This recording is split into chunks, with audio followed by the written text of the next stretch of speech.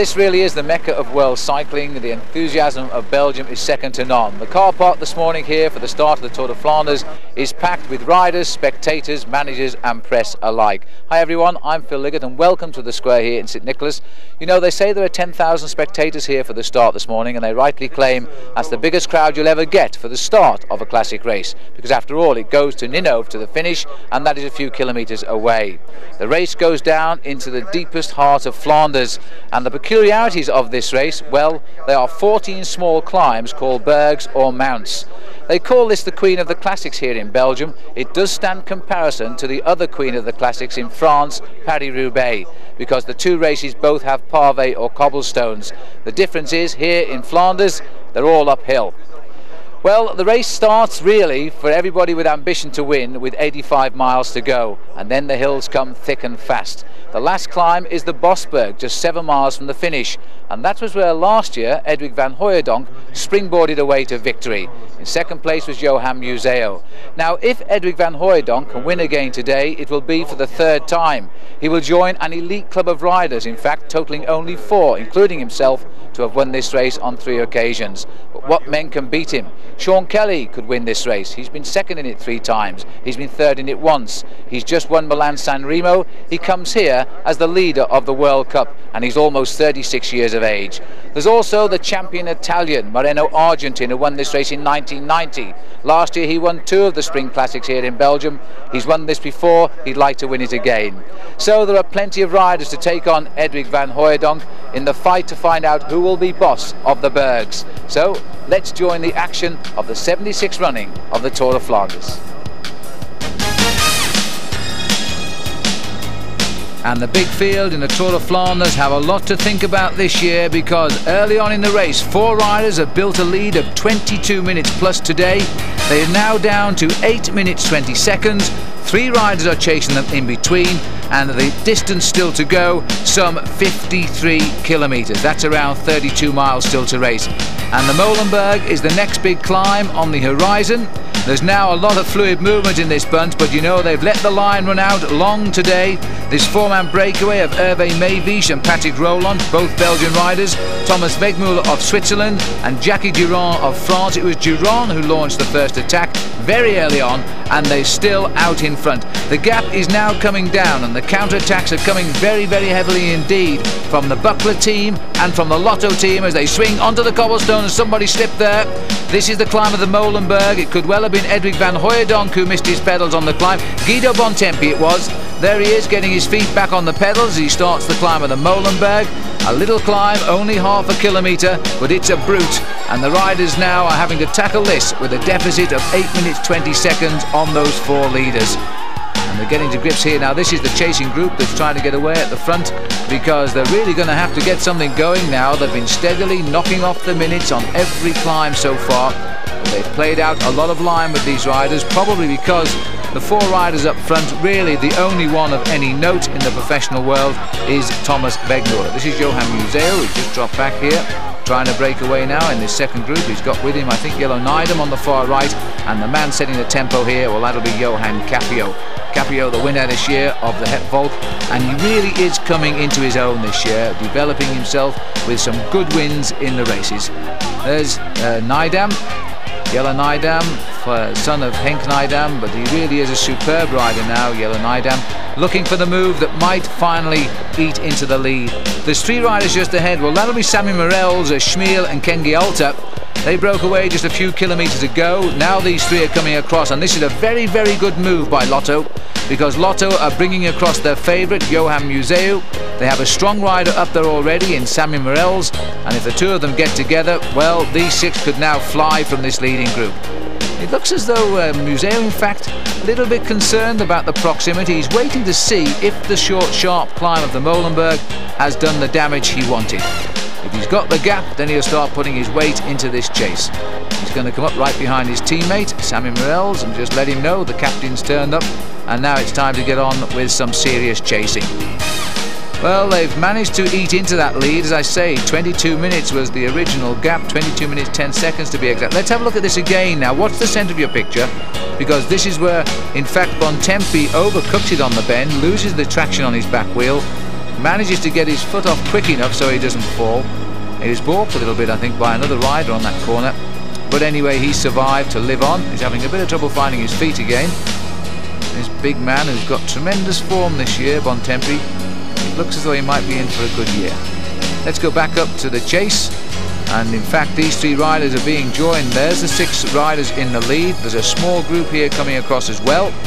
So there's this now developing into a nice little chase group. That looks like Rolf Sorensen there, Ali Austria rider. We'll go down and have a look. And he's actually shouting at maybe he's shouting at Ken Giolta here to just hang on while he comes across the gap. His teammate goes straight through. Van Hooijdonk is up here too, wearing number 1 as last year's winner. Now this is a very good group, and the other name on our screen, Marc Madiot, the winner of Paris-Roubaix 1 year ago, has come across. This is a superb group now of strong men, and now we should see the lead come down very rapidly with those 4 riders out in front. Johan Capio having his best season thus far and willing to get on with the racing now on his homeland, the Tour of Flanders. He must have put in thousands of training miles on these narrow roads down here in Flanders over the years, and happy now to tap out the rhythm. A long thin line, the peloton behind, not giving up yet by any manner of means. This group must be then about 9 strong. Well, it looks to me as though they're getting across.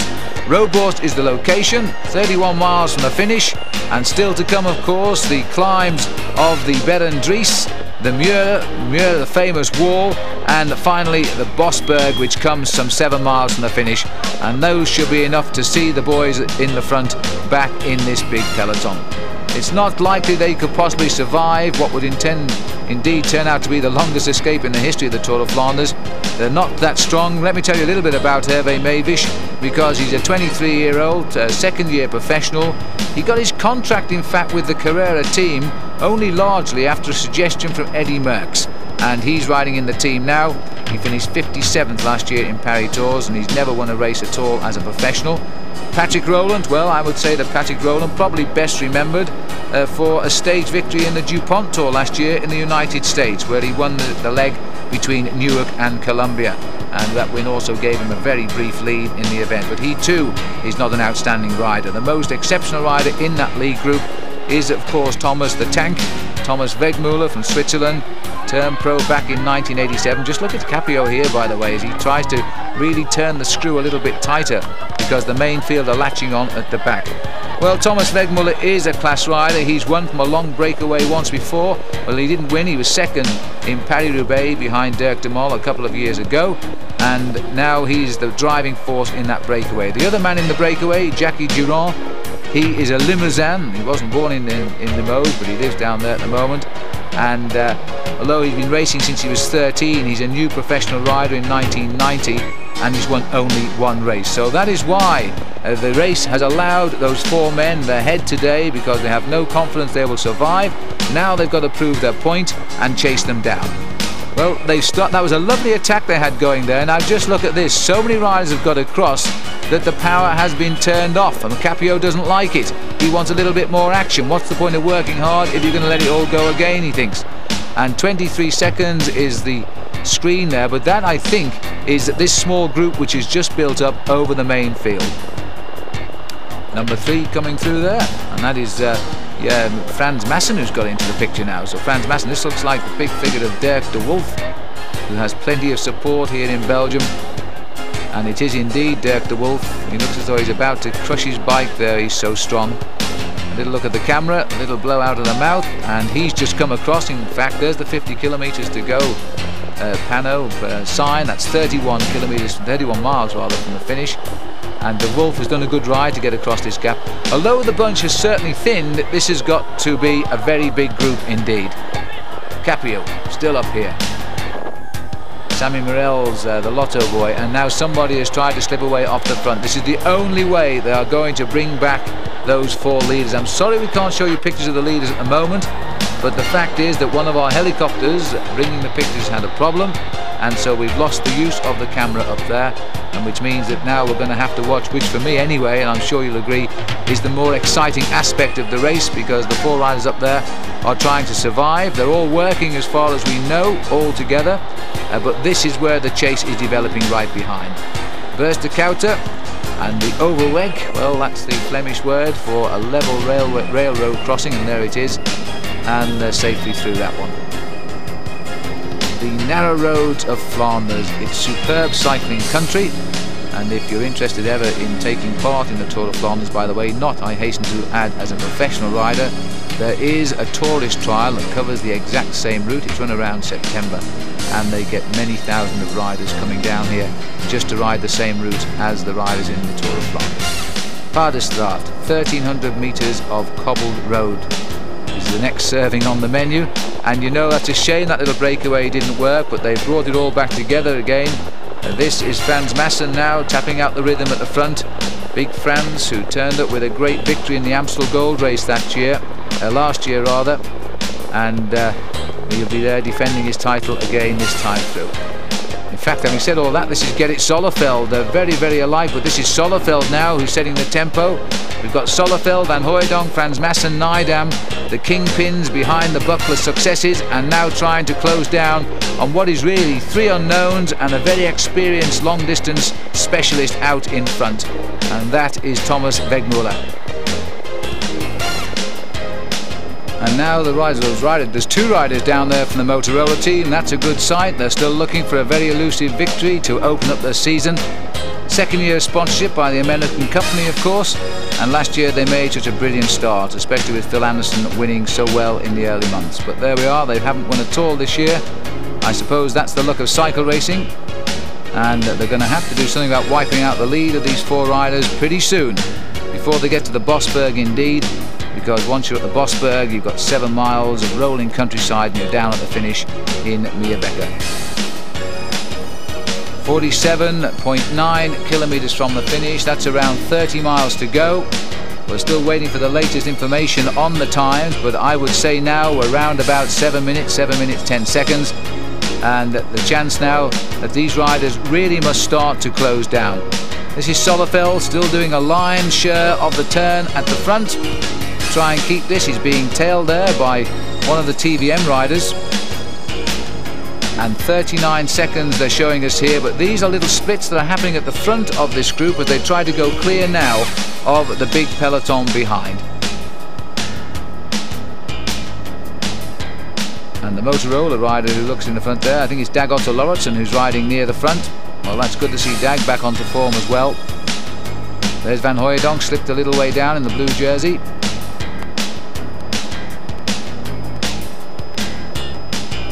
And this group has grown a little bit too ungainly now for a chase to be organised properly. Once they come off these cobblestones here at Paardenstraat, the next major climb will be the Bergen, and that'll come some 32 kilometres from the finish, which is exactly 20 miles, and by then they really need to be down to around about 4.5 to 5 minutes behind that leading four if they're going to have a chance of bringing them back before we get down to the finish. A lot of racing being done now. The whole ride, all of the riders here in a long thin line, and there is confirmation. There's only 3 riders left. Look, Wegmuller, Meewisch and Durand. 7 minutes. Now it's still possible indeed. That's the sort of time check I wanted to see. 7 minutes. The rider that they've dropped, in fact, is Patrick Rowland, the 29-year-old from Belgium and the stage winner of the DuPont Tour last year at Columbia. He has been dropped from that lead group, and that will be sweet news in the ears of this chase group now, because they will now feel happy that those front 4 riders are showing signs of cracking. Because you bet your life that word will have swept down through the peloton by either the motorcyclists or somebody on the roadside, but they will know that Patrick Rowland has been dropped from that lead group. 7 minutes the gap now. Heading down through Uppers Hogestraat and on through Strijpen.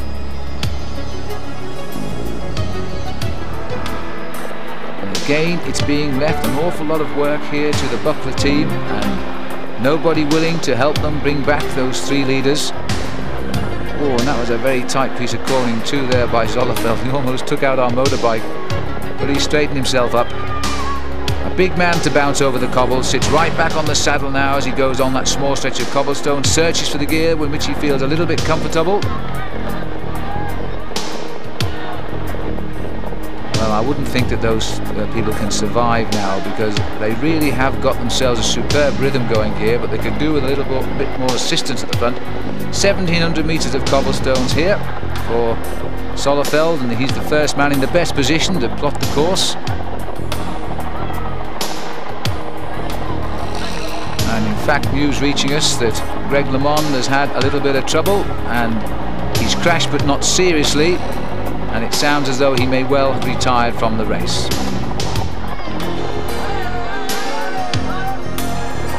So that's rather sad for the Z team and for Greg, who still searches to find his early season form. But one has that sneaking feeling that he's come to the European circuit this year in rather good condition. Time will tell the answer to that as Sollefeld continues to bash out the tempo. A tattoo there on his left arm, which I've never noticed before, I must say. Pulling this race into a long straight line. I'm surprised that nobody's trying here to get up alongside him and give him a hand, because they know now that this leading group of only 3 riders inside 7 minutes. With every turn of the pedals, the seconds are knocking off. And this, don't forget, is a long breakaway that's been out there. It was started by Jackie Durand at the 45th kilometre of the race, and that was some 30 miles into the race. And then he was joined by Wegmuller and by Meewisch and then by Rowland. Rowland has now been dropped, and then they gained by the 90th kilometre, something like 55 miles into the race. They had an enormous lead of over 22 minutes, and since then they've been losing ground. The question is, can they survive? And I think you get good odds at the moment to say that they will not.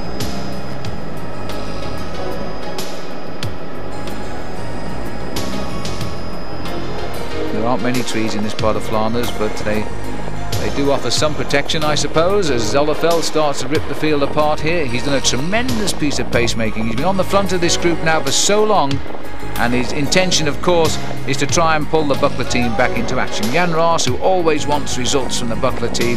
This year, Jan Raas said his team, he didn't want them to win so many races as they did last year, but he wanted them to win races of quality. Well, this would go down as the sort of race that Jan would like to see them win, because of course the Tour of Flanders, as it is here, the second round in the World Cup competition, the Paris-Roubaix still to come, and the winner of Milan-San Remo, leader of the World Cup, is Sean Kelly. And as far as we know, Kelly is right in the thick of it here today, although we haven't seen him, and he'll be wearing a white jersey if we do catch a sight of him, because he is the leader of the World Cup competition. And this is the one race, of course, that Kelly has always wanted to win. It's the one classic that the Irishman has never had a chance. Well, I say never had a chance in, because that really is wrong. He really should have won this race in 1986 when he was beaten in the sprint by Adrie van der Poel, and Sean Kelly totally misjudged it. Kelly should have been the winner that year, and that was the first of 2 second places. His next one coming behind his friend Claude Quillion in 1987. Now that says there remain 3 hills and 2 stretches of cobblestone still to come in this year's Tour of Flanders. So they're going to have to use those 3 hills now to rip into that overall lead of the 3 riders. Sollefeld, nobody helping him, but then he's still turning out a rapid pace here, and he won't be far below 28 miles an hour. And it's time to take on a little bit of food. No, indeed, this is a map of the course he's got here, and he's just checking now to see how much remains. And a quick calculation, indeed, I would suggest, whether they can catch those 3 riders. We haven't had a time check since 7 minutes, but I would expect now to see it around 6. On towards the Bergen. This is hill number 12 of 14 of the Monts of Flanders, and this is a nasty little climb as well. It's largely asphalt, it's 900 meters, and it has a maximum gradient of 14%. Chance for somebody perhaps now to break away, because Zollefeld's been up there so long, he surely can't have a lot of strength left in his legs. He's staying up there too. He's continuing as they start the climb of the Bergen shortly.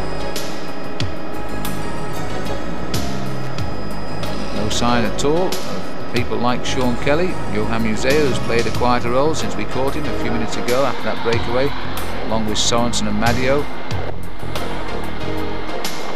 Looked a very useful attack, and it should never have got wiped out quite as quickly as it did. 42 kilometres in the finish now. Still the leaving for Gerrit Zollefeld to set the tempo. And it shouldn't be too long now before, in fact, we we see Patrick Rowland, because as far as I know he's just tootling along the road off the back of those 3 leaders he's left behind. His day is done, as it were. Moving up there on the outside, and this rider number 123 here is Andre Schmiel, and there's confirmation. 6.5 minutes now. It's coming down. The question is it coming down quick enough? 6 minutes 32 seconds as we approach the Berendries climb. Once we're up the Berendries climb, we'll be 20 miles from the finish. 6 minutes in 20 miles, one would have to gamble that they really do tire very, very quickly towards the end, and you'd expect that to happen as well. This is Rob Harmeling who's got to the front now.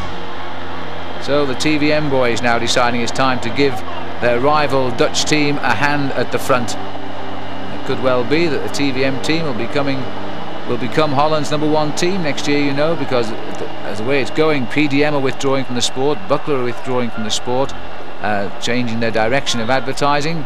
That leaves only Panasonic and TVM in Dutch cycling, although everybody is confident that both of the teams that are leaving will indeed be found new homes. Feeding station then, a chance for the riders to hear from the crowd too exactly the time gap. Zottegem and Harmeling ignoring the food, deciding that the remaining 20... Oh, having said that, he snatched his bag.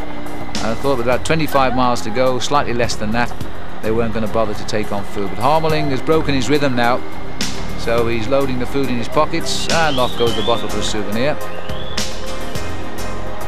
And the bag will follow very shortly. So Harmeling of TVM setting the pace. They're going to be together again at the front. The gap is now down to inside 7 minutes, and the next time check we'll get will probably be on the Berendries. This has turned out to be a remarkable race. Well, it's a pity we can't just see the face of Thomas the Tank at the front at the moment, because I'm quite sure he's gritting his teeth and he's thinking that it might be possible now. He's been an exponent of the long breakaway ever since he turned professional, and he really can find the strength to survive enormous distances out in the lead. Well, just dropping down the side of our picture there, it looked to me as though it might well have been Patrick Rowland who's passed through. It was indeed Patrick Rowland, so they've wiped him out. He's completely blown to the world. I'm not too sure he knew the main field came past him there at a breakaway that's lasted about 180 kilometres, 190 kilometres for him. He's now been back in the field. Unlikely he'll reach the finish, I would think. But Patrick Rowland, they know now for sure there are only 3 men out there. And there's the squat sprinter figure of Johan Capio.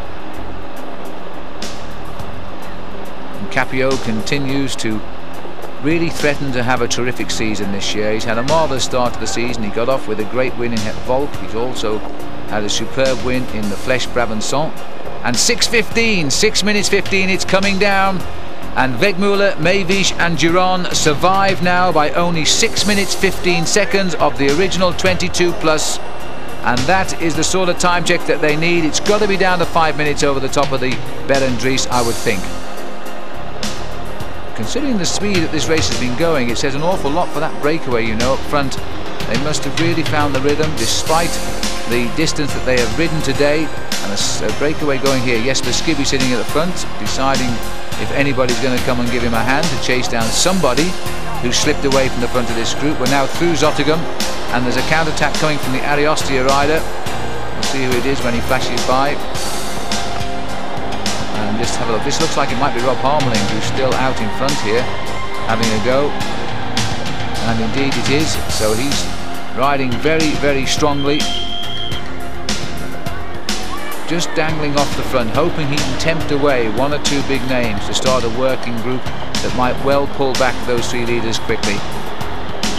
Still more than 6 minutes as we make the approach now towards the Berendries. Big Dutchman, outstanding amateur rider.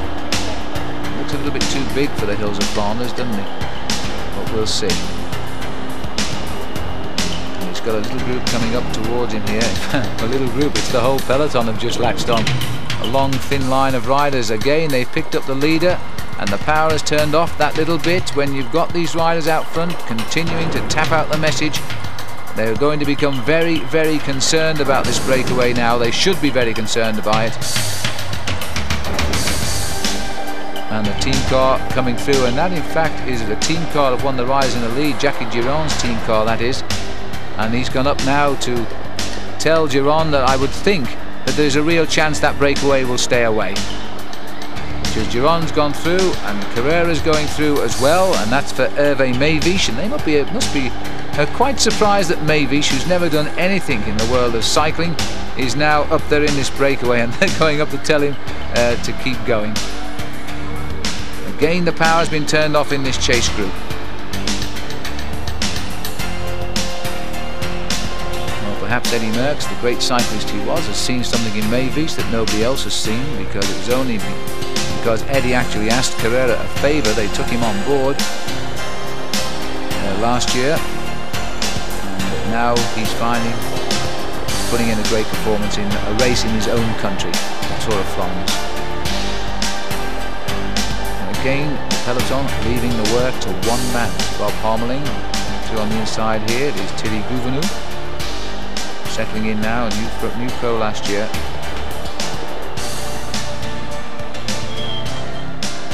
It's been a long wait for the people here. I think seeing the leaders go through some 5.5–6 minutes ago, they're now seeing the bunch come through, and they might well be thinking that it's all over for the peloton. The peloton certainly aren't thinking that. They're relying now though on the slowing down at the front, which will come through tiredness of the distance, because if they did survive to the finish, they will have been in the lead for over 220 kilometres. That in itself will be a record in the Tour of Flanders. And Harmeling trying to keep his team man Johan Capio in touch here. Good piece of pacemaking. We've seen nothing at all of Moreno Argentin. Rolf Sorensen has put in a brief appearance when he made up the numbers in that 9-man chasing group. But you know, Argentin started off so well this season. He finished, he had something like 6 wins before they came here. Having won 2 stages and the overall in the Sicilian week. Now we're heading up towards, it's still 4.5 kilometres look to the Bergen, so there's still plenty of time. Second in Milan-San Remo after Sean Kelly caught him just before the finish, and he won 3 stages in Tirreno Adriatico. That's Moreno Argentin. But since then he's appeared to me to be losing the edge of his form. Well, at this time last year, of course, he was virtually unbeatable. Still Harmeling being left to do all of the work at the front, and there should be a change of partner if there's going to be any catching of that breakaway. Jelle Nijdam is resting some 4 back behind Thierry Gouvenou. I think that's Ralf Jerman in second place behind Harmeling here. And now I think 5:58 inside 6 minutes. We're about 3.5 kilometres from the Bergen. So Wegmuller, Mevish and Giron, if they were beginning to think they might have this race in the bag, they want to start thinking otherwise, because the last few miles of Tour of Flanders is very, very difficult indeed. Very difficult indeed, especially with the climb of the Muur. It's a brute of a hill, it's cobbled all the way, and it is so steep in fact the following cars in the race have to be sent around the climb, because, and that's Jerman. Jerman has gone off. I think he slipped his chain. Well, that is really bad luck, because he was just moving right to the front here as we approach the Bergen. His chain is jammed, and Rolf Jerman is, I would suggest now, out of the Tour of Flanders, because you're not going to get back right now. Jelle Nijdam has got back in control at the front. He stomps his way up, and Nijdam, what a strong rider Jelle Nijdam is. Superb rider too. Multi-stage winner in the Tour de France, and you could say he's going at a gallop. Well, it's the barren fields of Flanders, and so often the weather at this time of the year is bad. It's not bad today, in fact it's quite pleasant, but you can imagine how the wind and the rain destroys a professional cycling peloton when they have these races in bad weather here at this time of the year in Flanders. And it's exactly at this point, they're saying here, where Moreno Argentin jumped away when he won the race last year, and indeed for the moment anyway we've got 3 riders who have gone, and these riders are trying to bring them back. Andre Schmiel again on the attack, become a much improved bike rider this year, Andre Schmiel. He lives in Belgium at Charleroi, although he's a former member of the Soviet Union.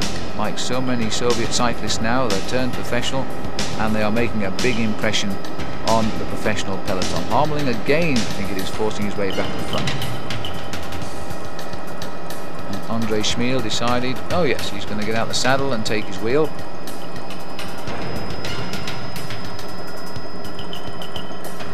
Well, they must now be eating into the lead of those three riders, because they have never eased off for the last couple of kilometres. There's been good solid attacking riding now being delivered by the domestiques of the big teams, and including Nydam also putting in a lot of weight behind the chase. Well, downhill here, although you can't really tell that from my helicopter shot. 7% going down. Oh my goodness me, that was a bit wide. But Andre Schmiel lost his position with the leaders there as he almost overshot that bend. Very, very tight bend indeed. Caught him completely off guard. And the field now having to race. They're probably doing something like 60 or 70 kilometers an hour down this hill.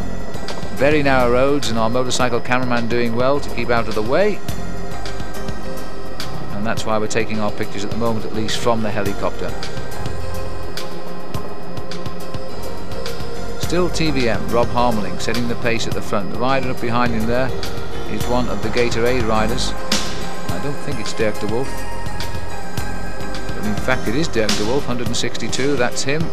And de Wolf also looking now for a chance to slip the field. What a strong man he is. Dirk de Wolf finished second in the World Championship in 1990, 5 minutes 15. The gap continues to tumble now. From original 22:10 was the biggest time check we had, and now it's down to 5 minutes 15 seconds. It's still possible that they'll reel those three in, because once they hit the Bosberg, they're going to hit a wall, and they will literally hit the wall when they get to the Muur, because that's what it means in the Flemish language. Muur means wall, and that's what it's like.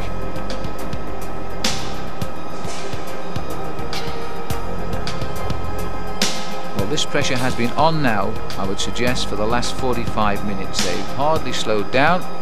They've reduced that lead, because it was something like 8¼ minutes with some 34 miles to go, and now it's down to almost 5 minutes, and we are still around about 20 miles to go to the finish. So it is very possible indeed that they will wipe this lead out somewhere around the Bosberg.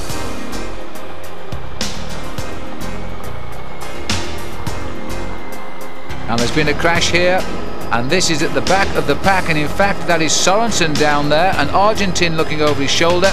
Argentin hesitating there not to race back, and Argentin waiting to see if Rolf Sorensen is going to get back on his bike. Now that brings back memories of a year ago when Sorensen in Liège-Bastogne-Liège did so much to help Argentin win Liège-Bastogne-Liège, both riders being in that lead group. And it's almost as if Argentin didn't want to leave the side there of Rolf Sorensen, and he's come back, and look at this. Now, who would have thought that? Moreno Argentin has given his bike to Rolf Sorensen. It's a smaller bike, by the way, as you can see by the way he sat down there, but Sorensen is taking it, and that's an indication to me, in fact, that Argentin is not enjoying his Tour of Flanders today. He's assessed that Sorensen has a better chance of victory. He's given him his bike, but Rolf will not be happy on that bike. It's a couple of centimetres too small, and every time he sits down I would think his legs crack. But that is a fine gesture by Moreno Argentin, a rider who's won 6 races this year. And there's the fall in the centre of the peloton, and it looked to me as though it was Sorensen who touched the wheel and went down, and 1 or 2 riders have been delayed by the crash, and 1 or 2 more appear to have fallen off as well. What it has done though is split the field completely right in the middle, and it might well be that that field will stay split now. Telecom rider there straightening his handlebars. But the important thing is that Sorensen has received the bike there from his team captain Moreno Argentin, and that might be a little favour returned. Let's go back up to the action now, which is still coming thick and fast, and the attacks are still being launched here now, because they're trying desperately to eat into the lead of some 5 minutes and 15 seconds. This is Schmiel again at the top, heading up now towards the Bergen climb, a 14% maximum gradient, almost 1 kilometre in length. And it is a short, sharp and very nasty little climb, but they'll take it very quickly. Andre Schmiel there. And sitting on the wheel is Stephen Hodge, the Australian rider who's come so good these last 2 years, developed to become one of the strong men of the Once team, where he rides alongside Marina Lajareta, who's riding his last season this year, and we'll all be sorry to see him go. What a marvellous rider he is, the Spanish rider. And he only won one stage in the Tour de France, and when he won that, he didn't realise he'd won it because he thought there were riders in front of him. So Stephen Hodge feeling very frisky now on the Bergen. Schmiel marking him nicely. And I'm wondering if at the back the race remains split after that crash there. But Stephen has gambled on holding that gear and that rhythm all the way to the top, and I think the legs just cracked, and he's now having a problem to keep turning that gear up right over the top. He's looking over his shoulder. It wouldn't surprise me very shortly he goes down there and drops it down a gear. But he's coming over the top and keeping it going nicely out of the saddle. But everybody has marked Hodge, and there goes the gear change. And the tempo he's created there is going to keep the main field here pulling back on those three survivors. Just to remind you, I'm sorry we can't show you any pictures at all of those three riders at the moment because we had a technical fault with the helicopter, and it means that we've had to bring the cameras back to show you the main race. But this is where the action is. What are the bunch going to do about those three riders out front? They're trying desperately now to wheel them in, and this is Schmiel who's going. He's waited, and that is a beautiful place to launch an attack just as you go over the top of the Bergen, when everybody wants to ease and their legs start to ache after the climb. He's jumped clear. Hodge has gritted his teeth and tried to go. So too here Dirk de Wolf. You're a marvellous facial character he is, Dirk de Wolf, and he's having a word with the cameraman there. I think it was pleasant, but you never know. Over the top and out onto the wider roads. Edwin Van Hooijdonk, closer marking again now by the man of Flanders. Won it twice this race as a professional. He also won it as an amateur, and he's made his attack in the same place both years as a pro on the Bosberg. And they called him Eddy Boss of the Bergs, and that's a very apt title. Well, again they've got a split at the head of the field, some 12-13 riders or so, but once more they're freewheeling, they're not pushing home the advantage. Dirk de Wolf looking over his shoulder. Stephen Hodge keeping it going. Inside 5 minutes, over the top, and inside 20 miles to go. So they're going to have to take out a minute now every 5 miles,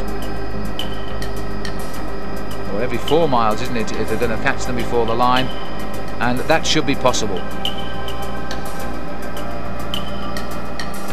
But whatever happens to those riders out front, the three of them, you have to admit that they have really taken this race apart, and they've thrown in a few frighteners to this main field.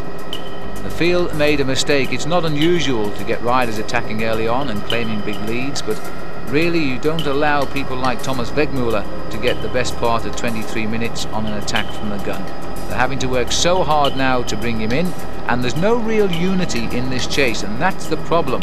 There are still 2 climbs to come. That's a nasty bend round the island in the centre, because the teams are not working together, because each team doesn't want to take up the other team's sprinter, and I think that might work to the advantage, you know, of those 3 riders. The Buckler team again come to the fore with 3 riders here. That looks like Frans Masson who's got to the front. Van Hooijdonk is here, Sollerveld. And Dirk de Wolf trying to get onto the lead group as well in those black tights.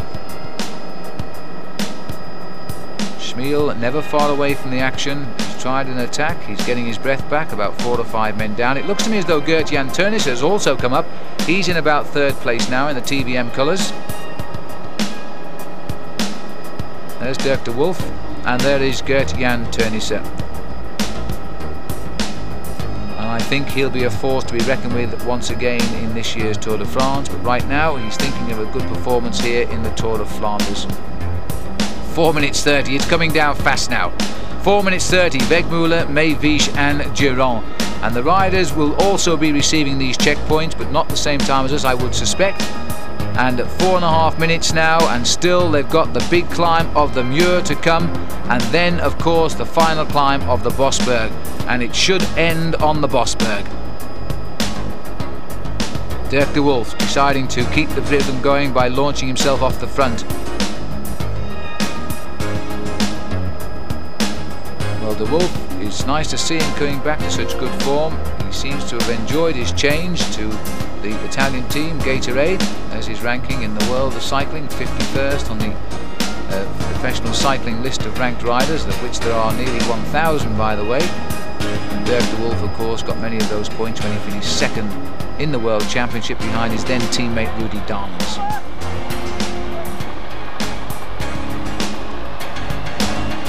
And the field coming back together. Johnny Toland, no, it can't be Johnny Toland, but the rider coming up on the outside, Panasonic rider there. Johnny Toland is Mark Van Hooijdonk, the redhead on the Panasonic team and the workhorse of the team. Just keeping Dirk de Wolf in his sights and trying to drag across that field as well. There's de Wolf. If he gets clear, then he'll be gone. A very strong rider indeed, Dirk de Wolf. I first remember him in 1982 when he came over to Britain as an amateur. And I think he brought his whole fan club with him, and he dominated in the Sea Link International 5-day race. Went home the winner and then turned professional. And everybody felt he was destined to be a great star. Well, he hasn't actually lived up to that. But nonetheless, Dirk de Wolf this year has come out with the best form I've seen him for a while. And of course he finished second in the World Championship as well. So let's hope he can do something this season. At the moment he dangles off the front. He's finding it quite painful as well. His idea is here really, I would think, to hope that one or two riders will come and join him and give him a hand for something like 18 miles still to race. We're just over 4 minutes behind the leaders. They're very tired, they're coming down, but the riders know here that they must, when they get into Bergen, they'll be on the Muur de Grammont, and once they climb that climb, they must be within 2 minutes, I would say, to really hit them hard on the Bosberg and then take care of them before the finish at Meerbeke. That's the theory. Now what will happen in the practice? De Wolf, I think, is well aware of the danger now of this breakaway. There's no doubt the Buckler team are. They've worked very hard to try and catch these leaders, but without success so far, and De Wolf is still holding on to his lead. The lady there recognised the Belgian, even if he was in the Italian racing strip of Caterham. It looks like Guido Bontempi coming across. Indeed it is. He makes the pedalling look so easy. He just sits there. It's almost like he's in an armchair, isn't it? And punches the pedals, those beautiful big legs of his. Stage winner in the Tour of Italy and the Tour de France, and the winner of Gent-Wevelgem a few years ago, 9 years ago, I think it is, to be precise. Now De Wolf has got somebody with him, but the Lotto boys have hit him and hit him rather hard. He wasn't ready for that. He was looking the way of the camera. He has an eye for the camera, Dirk de Wolf, and the riders came up on his right, and now they're trying to rip off the front. Hodge again trying to get onto terms. Stephen Hodge working very hard, and this rider here, number 96, is Marc Madio, the winner of Paris-Roubaix last year. Madio saved something for the end, but he's not got the wheels of the two who's gone through, and they've gone through very, very quickly. This looks like the style of Yellow Nydam.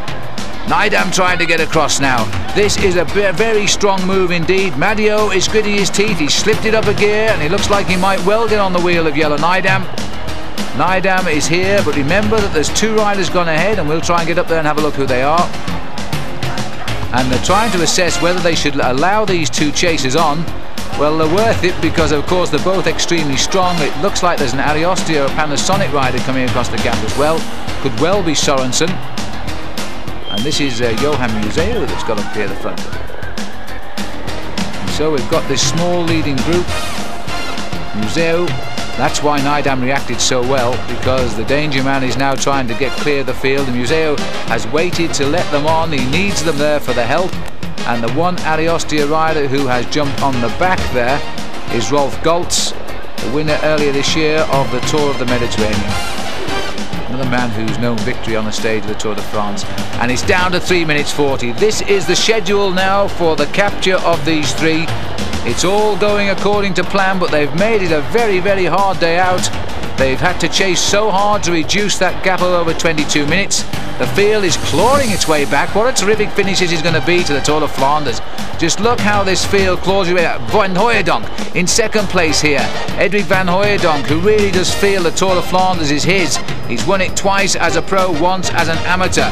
And despite the fact that he's got Yellow Nydam in that chase group, he's joined the train in the chase down of the leaders. But you may note he wasn't working in fact.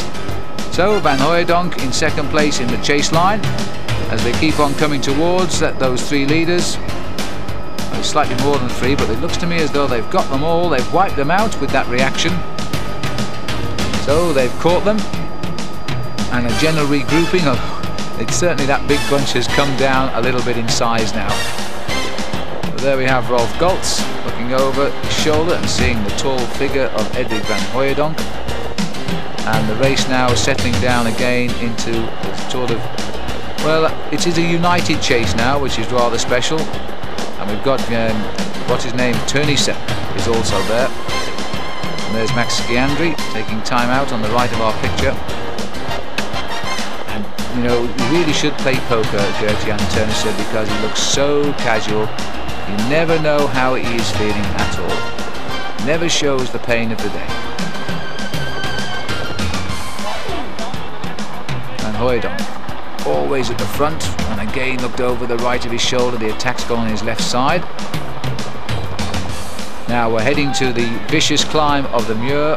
We are still 9 kilometers away. It's still a long way to go, isn't it, to the Muur? And again more attacks being ripped off the front here by Johan Museeuw. He's anxious now to get things going. A feeling that this breakaway is there for the taking, but if we don't take it soon, we're not going to catch it at all.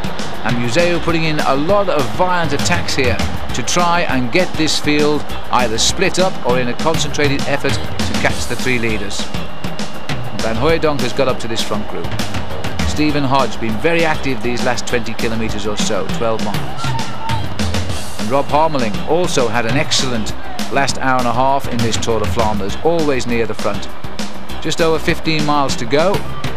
Parijke, Hodge back at the front. Riding with a great deal of confidence, this young man. He won the Mazda Tour in Australia towards the end of last season. Having a great season this year as well, and I think that he could really develop now. And there's news coming from the front that Mayvish has been dropped by the leaders. Mayvish, and this is also an attack going here from Dag Otto Lauritsen. And Lauritsen launches attack for the Motorola team, whereas the news reaches us that Hervé Mayvish has been dropped by the 2 leaders in the front. So they're down to 2 men. Van Hooijdonk now getting inspired by that. He's going after Dag Otto Lauritsen and chasing both of them there, the Panasonic rider Rudy Darnens, and Museeuw goes again. So the Belgian sprinter won't take it lying down. He goes too, and he's being chased there by Marc Madiot, who equally has used this race, I'm sure, as a test bed today for his form for the upcoming Paris-Roubaix, because Madiot won that race last year. He will defend his title in just a week's time. And this really is Frans Masson this time, coming through. So they're down to 2 at the front now. Thomas the Tank, that's Wegmuller, and Jackie Giron, and another crash on the bend here. Lauritsen has gone down, and Dag Otto Museeuw is down as well. That's Museeuw getting his bike out of the mess. So Dag Otto Lauritsen, Museeuw is gone. I think it's Ballerini as well who's with them. So there's 2 riders gone down. The man left behind, Dag Otto Lauritsen. Well, my goodness me, memories of the 1990 World Championship must come flooding back here, because Lauritsen fell then, went on with a real chance of becoming the world champion when he collided with Dirk de Wolf. Well, de Wolf won't take the blame for that one, because he was nowhere near Dag when he fell. We'll try and have a look at that again in slow motion if we can, but at the moment let's go back up a little. Oh, there we are. And so let's have a look exactly what happened. He comes on this left-hand bend, a little bit of confusion. It's further back from the motorbike, right down towards the middle, so watching the centre as they make the corner now. And there they go. It looked to me as though, in fact, Dag Otto did collide with the rider in white, and I'm sure that is Franco Ballerini. And the 2 of them fell off, taking with them Johan Museeuw, which is a little bit of a surprise. You don't see Museeuw on the ground very often. Right, well, let's get back up to the leaders. This is Turnisse. Well, the leaders of the main field, that is, of course, because we're still a few minutes away from the head of this Tour of Flanders, which is turning out to be a superb race. But all the racing being done now here by the chase group. Masson and Turnisse have got clear of the field, these 2 superb Dutch riders. Frans Masson now feeling its chance to unleash the turbo in those legs, and Turnisse will be just the man to go along with him. So, Frans Masson, winner of the Amstel Gold Race last year, and the controversial Gert-Jan Turnisse, and he's now tucked in nicely into Masson's wheel. And if anybody can come through, it's these 2. They've got the Muur still to come at Bergen. cobble brute of a climb with its gradient of 1 in 4. And they don't let the cars follow the riders up there because it's so steep. They can't afford a car to stall. They send the cars all around the outside of the climb. They meet the race again as it comes over the top. And we're now inside 15 miles from the finish. Well, the Muir comes towards the end. It's the second to last climb of the day, and it comes at exactly 10 miles to go. Now the two strong riders here, excellent move, but they will not let them go. Again, we've got an Austria rider coming across. It wouldn't surprise me if it's Rolf Goltz, because the rest of the Austria team seem to have had all sorts of trouble today. In fact, Argentine has apparently fallen again and is almost certainly out of the race. Sorensen we've never seen since he changed bikes, and I would think he was very unhappy with that bike change. Now don't adjust your picture because you think we've gone out of focus. In fact, what we're seeing now is the exhaust of the helicopter, which is giving us something of a heat haze on the picture. Now this is Goltz. It is indeed Goltz coming across the gap and flying across the gap. And you need sunglasses to look at Rolf Goltz with shoes like that, don't you? Onto the tail then of Franz Masson. This is a very workmanlike group now as they come over. 3 riders in the lead here, and Rolf Goltz, the German, superb rider, and again a man who's had a good start to the season when he won the Tour of the Mediterranean in such fine style indeed. And Tönnissen assessing the situation behind. And big Franz Masson, what a nice rider he is, absolutely soaked in talent, and a winner last year, well-deserved winner of the Amstel Gold Race, where he beat Maurizio Fondriest. And it looks even as though Tönnissen is feeling a bit frisky now, because they have a real gap here now, a real chance of getting this group together, and Goltz did well to read it. He flew across that gap, and young Rolf Goltz has linked himself up here with a Dutch Express. Tönnissen, his face still not giving anything away. Rolf Goltz turned professional, by the way, back in 1985. He's the winner of Paris-Brussels, which he won in 1988. He comes up with the odd good result, to say the least, runner-up in Milan-San Remo in 1990, and he knows all about the Tour of Flanders because he was 4th in this race last year. It's funny how when riders do well previous years in an event, how that they seem to try that much harder to repeat the feat the following year. It happens to Steve Bauer every time he rides Paris-Roubaix.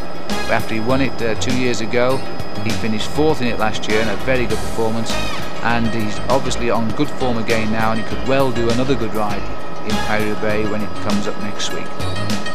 Well, the field behind certainly haven't gone into a slumber. They're working very hard to bring back these 3 riders, despite the fact they've got TVM, Austria and Buckler represented here. But I don't think there's any Austria riders there able to slow down the chase. And the TVM boys, well, obviously can't contain it either, because they are coming back. But this sort of chasing now, this tag match across the hills of Flanders, is all going to eat into the lead of those 2 riders, don't forget. Although we haven't seen Hervé Meevies yet, he's on his way back to us, that we are sure of. We should be able to catch a glimpse of the leaders actually when we get to the Muir, because our television cameras have static positions there, and that'll be a chance to see Durand and Wegmuller in the lead.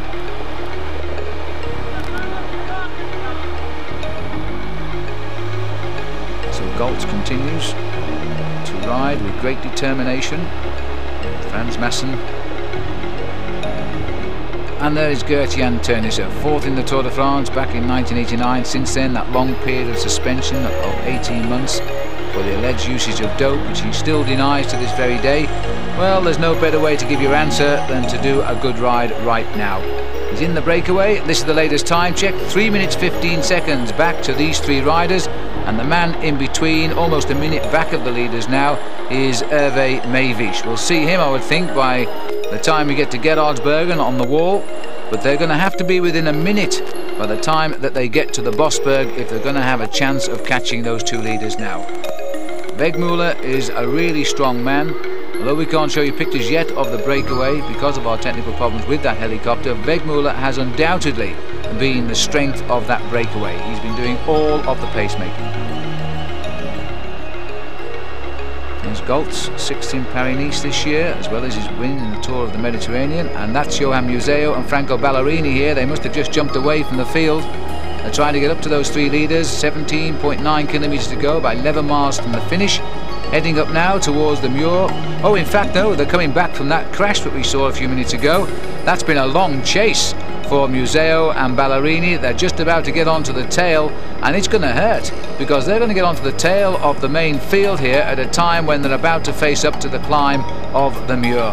That's a teammate, possibly Sammy Morels, who's dropped back there to pace his teammate. No, it's one of the MG, but no, it is Sammy Morels who's picked up Museo and Ballerini and is giving them a leg back into the bunch, and that saved a little bit of pain for Museo. He'd be grateful for that. And now the chance to see the leaders for the first time, and here they are on the climb of the Muir de Grammont, and look who's in the lead, the Muir de Gerardsbergen, and look who's in the lead now. It's still indeed Thomas Wegmuller and Jackie Durand, the two sole survivors of a breakaway that started at the 45th kilometre, the 28th mile of the Tour of Flanders, and we're now running down towards the last 10 miles of the day.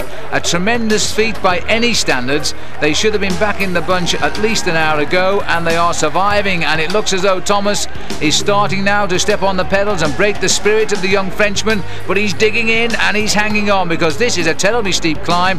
It's 1 in 3.5 to 1 in 4 at its steepest. And there Thomas Wegmuller is the first to go through and over the top. Durand has suffered but survived as he goes over the top there, right on the wheel of Wegmuller. This is the chase group now who's coming in towards Gerardsbergen itself before they start the climb up the hill. Now they've got to get away. We're looking for the time check of no more than 2.5 minutes by the top of that climb, and then it will still be possible as they run down towards the last climb of the day, the Bosberg.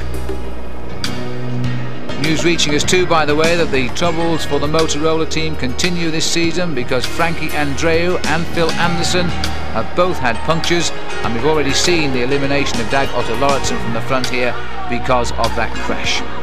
Onto the climb now, and the Panasonics packing the front. Mark van Orso is up here, Rudy Darnans too, and going up through in the middle there we've got Vyacheslav Yekimov. Right on the near side of the camera, number 1, last year's winner, Edwin Van Hooijdonk. He was thinking of victory here 1 year ago too. Sammy Morels dances his way up behind. Morels training for the Liège-Bastogne-Liège Classic, where he might feature more, although he's not featuring too badly in the Tour of Flanders right now. This is the sad sight of Hervé Meevies, the other Belgian rider who's been out in front all day. He's over a minute now behind the two leaders who've gone through, and he must not be too far ahead of the main leaders of the pack. Oh, and is this hurting? Cramp in the left thigh, that's for sure, and Meevies now, his day is well spent. Onto the Muir, the Panasonics have got the head of the field, so they're looking for a planned attack here as they start the climb. And Van Hooijdonk is the rider who's also planning to try and go clear on the Muir. No further time checks at the moment. But as you can see now, Meevies in very definite trouble. That will leave only 2 survivors of this breakaway. Van Hooijdonk is tapping out the rhythm at the front of the race, and I must say, for a long, tall, thin man, he climbs these small hills so strongly. He's sitting in the saddle there and he's working away. He's got Fondries, I think it is. Yes, it is indeed Fondries sitting on his wheel and feeling the pain too. Van Hooijdonk immensely strong. He slipped it up a gear as well. As Fondries goes past him, Van Hooijdonk grabs his wheel. Rudy Darnans comes up and leads the field, so Johan Museo behind him. These 2 riders going clear now. This is a good move. This could be where Van Hooijdonk, last year's winner, gets off the front, and he's trailing at the wheel of Maurizio Fondries, the former world champion. He will be a superb ally with him on the final chase down to those 2 leaders if he can get away from the pack now. He's having a job holding on to Fondries, but they've opened up a tremendous gap. Darnans himself is in fact trying to slow down the reaction, if you can slow down the reaction, on the wall here. And a little bit further down, then you can see how hard it is for the mere mortals in this leading group, because I must say Fondries made it look rather easy along with Van Hooijdonk. The rest are having to struggle up the climb as best they can. There's poor Rob Harmeling on the left. He works so hard at the front for the best part of half an hour, now paying the price. He hangs on to the back of the field on the climb of the Muir de Gerardsbergen. So Harmeling, his job done as a domestique, now has to get to the finish as best he can. Meanwhile, let's go back up to the I think these will be the chasers of Maurizio Fondries and Edwin Van Hooijdonk. Van Hooijdonk still having a problem holding on to the back wheel there of the Italian. Fondries second to Frans Masson in the Amstel Gold Race last year. That's still to come this season, of course. And we'll close the Spring Classic season in the World Cup. but we're a little way from that yet. This is only round 2 in the World Cup. Sean Kelly the leader. We haven't seen Sean Kelly at all in this Tour of Flanders, and I find that a little bit sad because Sean is the rider that we would have liked to have seen winning this. This is the one race he's always wanted, and that is Mayvish. And I'm not sure he knows now even which day it is, because he's in a terrible state, and these two riders won't even afford him a second glance now as they go through on him. Maurizio Fondriest is leading, and Mayvish looks over his shoulder, and look at this, he's found the strength to go again. Well, hats off to Hervé Mayvish, because he knows the quality of these two riders who've picked him up now. At 15 kilometres to go, we could do with a time check right now, and I bet the two chasers could as well, because this is the second group on the road of 3 riders, and last year's winner Van Hooijdonk has now slipped into top gear. He's waited for his moment, and in the end it's had to come on the Muur de Gerard Bergen, because everywhere else he's tried, the field has marked him. He did well to grab the wheel of Fondriest, and Fondriest is a super ally to have right now. I don't know how long Mayvish can possibly hang on to these two, but he won't be asked to contribute to the breakaway, that's for sure. A long gap, I would say probably 20 seconds maybe, to the rest of the remainder of the 192 riders who set out this morning with high hopes of winning the Tour of Flanders. Every one of them except 4 have been put in the back seat for almost the whole day of racing, and gradually those 4 riders at one stage leading by over 22 minutes have been whittled away to, I would think, inside 2 minutes, but we've got no confirmation of that yet. And certainly there's a Motorola rider here now trying to make amends. I think it's Maxi Schiandri who's trying to bridge the gap as well, with a rider from TVM. And in fact, well, I can't believe this, but they're scrabbling their way back up to those 3. And so Mayvish, Van Hooijdonk and Fondriest have not yet escaped the clutches of the pack, but at least these attacks and counterattacks are going to be closing down the gap on those 2 front runners. But you must imagine now the confidence over every climb those 2 leaders must be gaining. They know now that only one hill separates them from the biggest surprise probably in the history of the Tour of Flanders. There's Mayvish just changing up a gear. I should think he's not realising exactly where he is right now, because he's been out in front for over 4 hours. There's the final climb of this year's Tour of Flanders, the Berg. And Eddy, remember, earned the title Boss of the Bergs because he's always launched his winning attack on this climb on the 2 times he's won it, including last year. But now he's going to have to come from behind. He's going to have to jump on this climb and hopefully reach the leaders. And we haven't a time check at the moment, but it must be in the region of 2 minutes. And I feel that they needed to be just over a minute behind to have a real chance of winding in those 2 survivors before the finish. It could be that we are now about to witness the big surprise of any Tour of Flanders. And there it is. It's a sad farewell to Hervé Mayvish. He's tried to hang on, but he hasn't been able to stand the pace, and I'm not surprised, but hats off. Let's hope that this has given him confidence now to develop in the professional class, because he's only 23 years of age, 2nd year professional, plenty of time for him. Not plenty of time for anybody that wants to win the Tour of Flanders though. These 2 have got to keep the rhythm up, and they've got to get up there quickly. And it must be terribly, terribly frustrating for Van Hooijdonk, because quite clearly he has the winning form of last year. He's ridden tremendously well, and he's finding himself now put into the back seat by 2, well, I won't say virtual unknowns. It's certainly true of Jackie Durand, the Frenchman. You can't call Thomas Wegmuller an unknown, that's for sure, but he is not a winner unless he gambles like this. And he's done it before, and he's now hoping to do it again. Wegmuller, by the way, was the Swiss amateur champion in 1987. He's 31 years of age now. He turned professional in 1988, and it's significant to remember that in that year he finished 2nd in Paris-Roubaix after a breakaway which lasted 222 kilometres, one of the longest breakaways that's proved successful in the history of the sport. And if he stays away today and wins the race, and they're telling us now this is the exact point, the Berg, where Van Hooijdonk launched himself in the 2 years he won the race. But just to come back to Wegmuller, if Wegmuller stays away today, he will have led for 217 kilometres, and that would be 135 miles. That's of course if Wegmuller wins, because Jackie Durand is still very much with him, although not, as far as we know, contributing to the pace. So we're on the Berg. And we're looking now at the chase group here, and this is where the crowd come in their hundreds, because this is where they expect to see the riders launch the victory.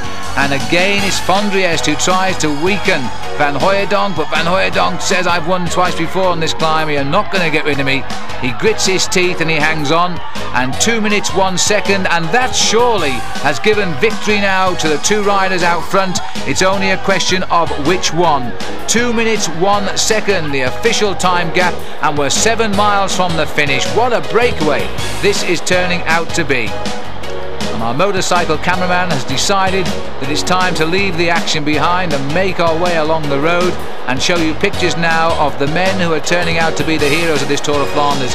So you see, nobody, just nobody here watching this race or riding in it believed that this breakaway had any possibility of succeeding in the Tour of Flanders. And that was why, quite rightly so, the director, when he lost the camera, chose to bring his cameras back to the chase group to show you the action and how the break was caught by the chase. And now, well, we're all having to eat our words, because the camera has been told to leave the chase and go and show us pictures of the men who are going to fight out the result of this year's Tour of Flanders.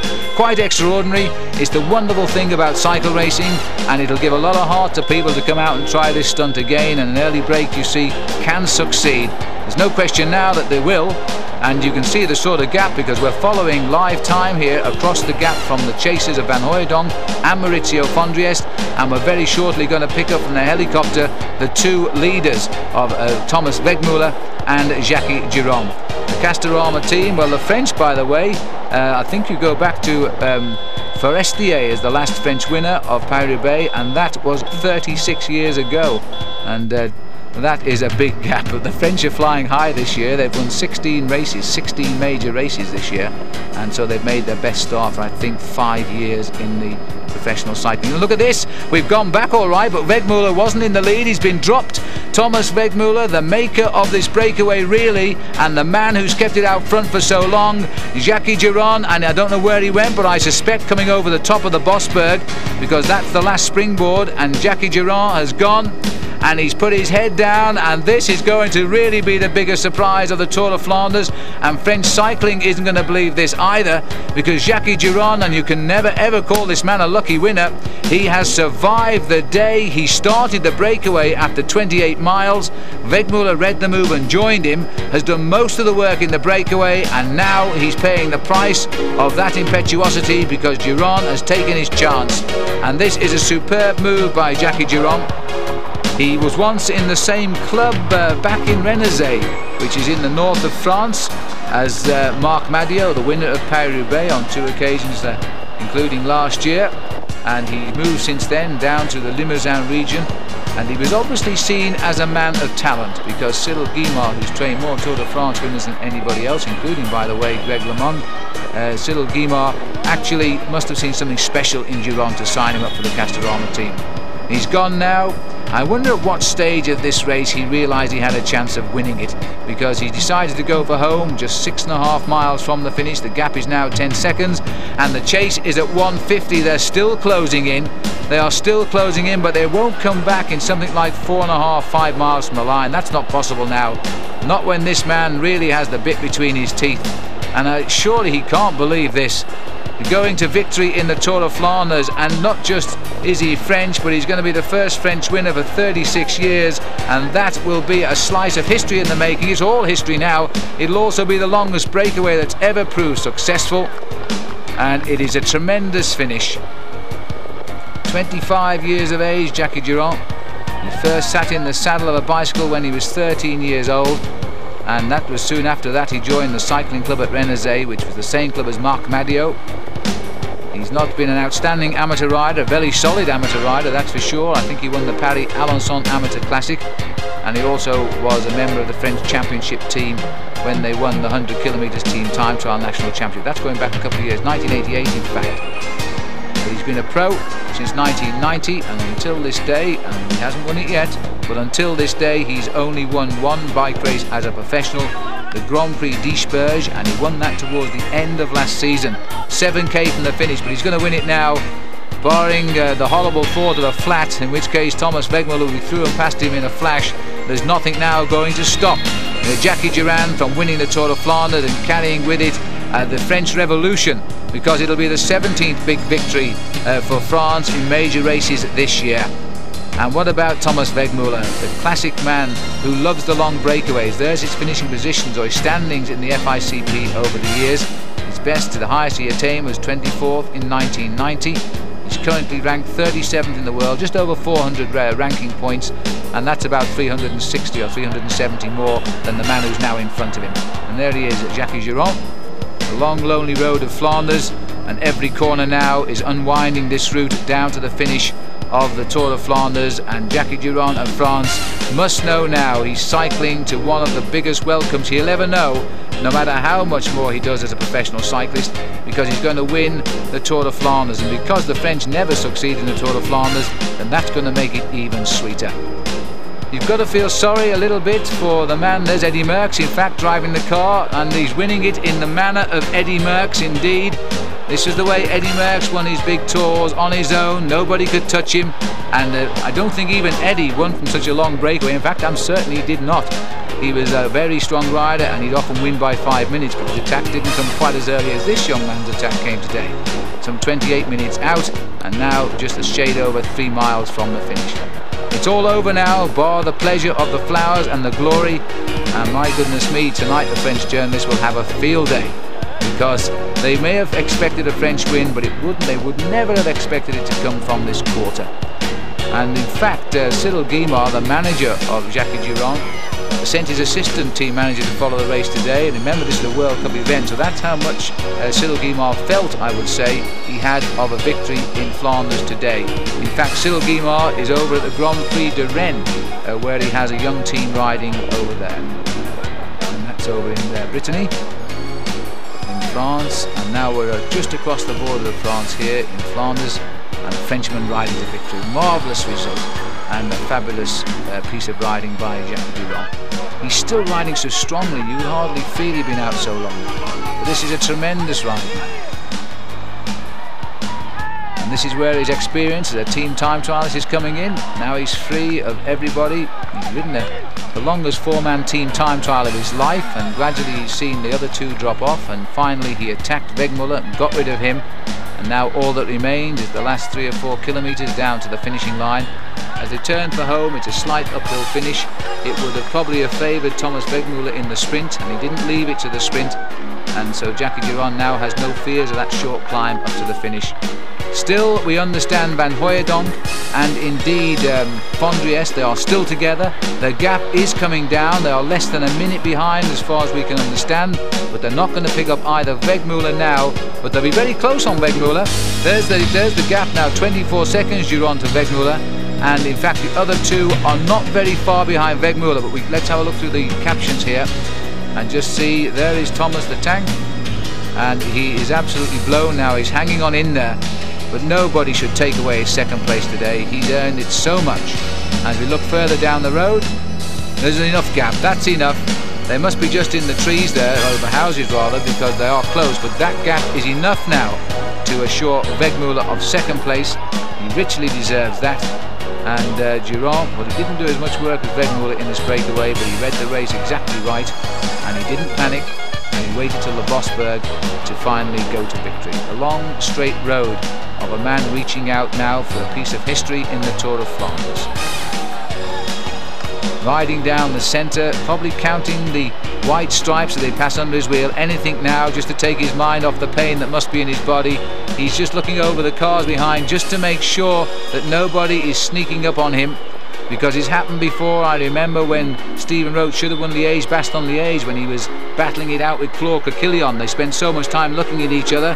Out of the cars came Moreno Argentin. He didn't look at either of them, and he won Liège-Bastogne-Liège. Latest time checkers gone through. They're not going to make any difference now. These time checks have been coming on television screens for the last 5.5 hours, and they should have been taken notice of a long time ago, because Jackie Giron now has sprung the surprise of the Tour of Flanders. And when we look back through the season of cycling, it might well be the big surprise of 1992. Thomas Wegmuller, the lonely figure now of Wegmuller. He's won 4 times already this year, a couple of small open races in Switzerland as well, and in Spain. But this is the one he would have loved to have won and traded all 4 other wins in 4. But it's not to be, because he's gone back, he's lost the wheel of Giron, and Giron now is riding with absolute tower of strength. He's like a man possessed. 22 seconds, so it's being held by Wegmuller, but only just. There's still cause for concern, because Giron can't afford to make any mistake. Wegmuller will be back on him, and the commissaires rightly have formed a void between these 2 riders, so there's nobody in the gap apart from our television camera, who's riding alongside at the side here of Jackie, to make this pursuit absolutely fair and square, of 2 men that have shaped the Tour of Flanders from the 45th kilometre and now coming towards the end of the race. When he gets there, he'll have been in the lead for 217 kilometres, that's 135 miles, and that'll put his name in the history books, not just as the winner, but as the man to have won the race with the longest escape. Well, he may feel a tired man when he gets to the finish, but elation will replace that. I'm sure the champagne will flow tonight, and what will Cyril Guimard think when they ring him in his car, on his car phone, and I'm sure they'll be doing that as soon as they get to the finish, if they've not already done it, to tell him that they're in with a chance. He's going away from Wegmuller now, 35 seconds. Oh, that's better, we can see where we're going now. 35 seconds to go. They're at the lead rather, and just a handful of kilometres from the finish. So Guimard, who's over at the Grand Prix de Rennes, it wouldn't surprise me if they've got an open line to his car right now, describing it blow by blow. There's the main field, and they're well beaten. The 2 riders are just in front, will be Van Hooijdonk and Fondriest, so they're not really going far away, are they, from that chase group? They could still get wiped out in the sprint. And then we're going further along the road looking for Thomas Wegmuller, and Wegmuller himself is still well away. That's what we wanted to see. Thomas Wegmuller is still well clear. There he is. He's riding on the hard shoulder of the road though, and looking like a very, very tired man indeed. So it could well be, you know, that Wegmuller will not survive here, but let's hope that's not the case. It's certainly going to be okay for Jackie Giron. Just over 1 mile to go. In fact, almost exactly 1 mile from the finish for Giron, heading now through the streets. There's a kilometre kite here in Ninova, then out to the finish up on the little rise at Meerbeker, and it'll be another Tour of Flanders over, but this one will be remembered for a long, long time to come, and the French will not believe it. They're winning the Tour of Flanders with a young man who's only been a professional since 1990. He's only ever won 1 race in his life, but he's benefiting now certainly from the couple of years of advice he's had from Cyril Guimard and the much more experienced men on his team. They knew how strong he was. To them, I don't think it'll be such a big surprise, because they know he's strong, and he's been given the chance to win from a long way out. Whoops, we just missed that one. As he turns up now to the finish, the banner is as far as the eye can see, the end of the road, and what a long road it's been for Jackie Giron. 217 kilometres in fact, out in the lead, and he's still crouched in the winner's style at the same time, punching the air as well. Jackie Giron can take one final look over his shoulders. This is going to be the greatest moment of his cycling career, the longest breakaway in the history of the Tour of Flanders, and now after Jean Forestier can rest in peace now, because another French winner after 36 years has won the Tour of Flanders, and what a great result really, because this breakaway deserves success, but the main field really should be shot, because they allowed this breakaway to escape far too far ahead, and race they did, as we saw over this last hour of racing. They completely misjudged the strength of this young man. 23 years of age, and he's entitled to cry right now. First shots that count, and let's hope we see the sight of Thomas Wegmuller crossing the line, because he's been very much a part of the success today of France, and here he is, he survived, and we're all happy about that. The final 100 metres. So, just like he was second in Paris-Roubaix in 1988, he's now going to have to be content with second place here in the Tour of Flanders after a very similar breakaway that lasted so long. He has a right to punch the air. Second place for him, and I think he'll be very, very pleased with that, although tomorrow morning he might have wished it was indeed first place. And that was the sort of gap that they escaped by, because the lead motorcyclist is round the bend, but the gap is enough. There's Wegmuller. Comes in, and I think he's looking for Jackie Giron, because there's Jackie on the right of our picture. Here's the sprint now for third place. Van and Van Hooijdonk both looking over the shoulder, because you don't want to start this sprint too early. It is uphill, 250 metres is far too far to lead out. And now there's somebody coming up from the back of the field there, and so Van Dries is going to have to start the sprint, and he's going to have his hands full with Van Hooijdonk. Van Hooijdonk should be the stronger sprinter now. He's come from the advantageous position of the back, but Van Dries is giving him a very good run for his money indeed. Van Dries is gone. No, Van Hooijdonk takes third place. Van Dries is in fourth place, certainly in the same time. They're all a little way behind. This is the chase now from the back group as they come up towards the line. Dirk de Wolf there taking on the sprint too. Masson is alongside him. It's Masson who will take the line in fifth place, and I think Nijdam gets sixth. Mario will be seventh, and it's Jesper Skibby up there in eighth place. And the race really did split over the Berg, and this is the Ariostia team bringing over the next group in the Tour of Flanders, all of them beaten by a young Frenchman today who will go down in the history books as the great winner of the Tour of Flanders. A dream come true for young Jackie Durand, and I'm not surprised it all smiles. Tonight the night, the champagne will flow. I think everybody here is still stunned by the result today. Did you notice the faces on the riders as they crossed the line? There was one of frustration on the face of Edwin Van Hooijdonk. You know, even after 100 years of classic cycling, there are still lessons to be learned. A breakaway goes so far from the finish. This time it survived. The heads of state, as it were, completely misjudged this year's Tour of Flanders. Van Hooijdonk should have been the winner, as it turns out. Instead, he wasn't. The honours go to the young Frenchman, Jackie Durand, and Thomas Wegmuller of Switzerland. Wegmuller too, well, a few years ago he was second to a surprise winner in Paris-Roubaix. Now this year he's second to another surprise winner in Jackie Durand. That's the great thing about professional cycle racing, you know. Even us experts can never always predict the outcome, and it seems neither can the riders. From the Tour of Flanders, goodbye.